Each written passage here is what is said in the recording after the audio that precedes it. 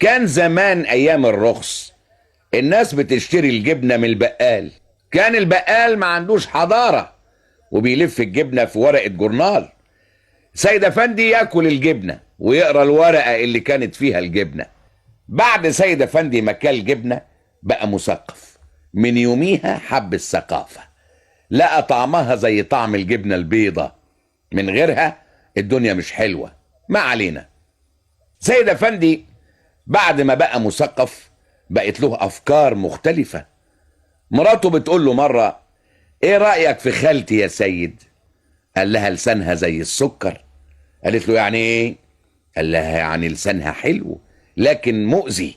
مراته ما فهمتش. قالت له: انت بتتريق عليا يا سيد؟ قال لها: عيب انا اتريق عليكي؟ انت معلوماتك ناقصة. السكر حلو ولا مش حلو؟ قالت له: حلو. قال لها: تعرفي انه مؤذي ولا مش مؤذي؟ قالت له: السكر مؤذي في ايه؟ قال لها: ايوه، ده سؤال وجيه. اول مرة تسأليني سؤال وجيه من ساعة ما اتجوزنا من 40 سنة. يا سلام، 40 سنة متجوزين، مش حاجة عجيبة دي؟ مش حاجة ما حصلتش دي؟ قالت له: عجيبة في ايه يا سيد؟ ايه اللي عجيب في الجواز؟ سيد افندي قال لها: 2 مؤبد، بقالنا عايشين مع بعض فترتين مؤبد. المؤبد اللي بياخد حكم مش بيقعد 20 سنة؟ قالت له: اه. قال لها: خلاص، انا خدت حكمين، قعدت 20 سنة و20 سنة وراهم. صبر عظيم، صبرت ونلت صحيح. مرات سيد افندي قالت له: انا ما احبش انك تتكلم على خالتي. يعني ايه تقول لسانها زي السكر وحلو ومؤذي؟ عيب كده، ثم ده جهل. السكر مؤذي في ايه؟ سيد افندي قال لها: يا جهلة، السكر مش مؤذي.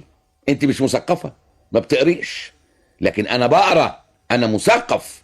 انا اقول لك السكر مؤذي في ايه. من كام سنة السكر نقص في اسواق لندن.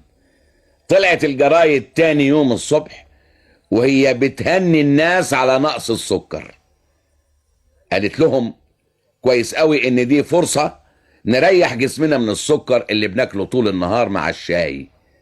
الانجليز بيحبوا الشاي، بياخدوه الصبح والساعة 5 وممكن في الشغل كمان. الشاي عندهم زي القهوة عند الامريكان.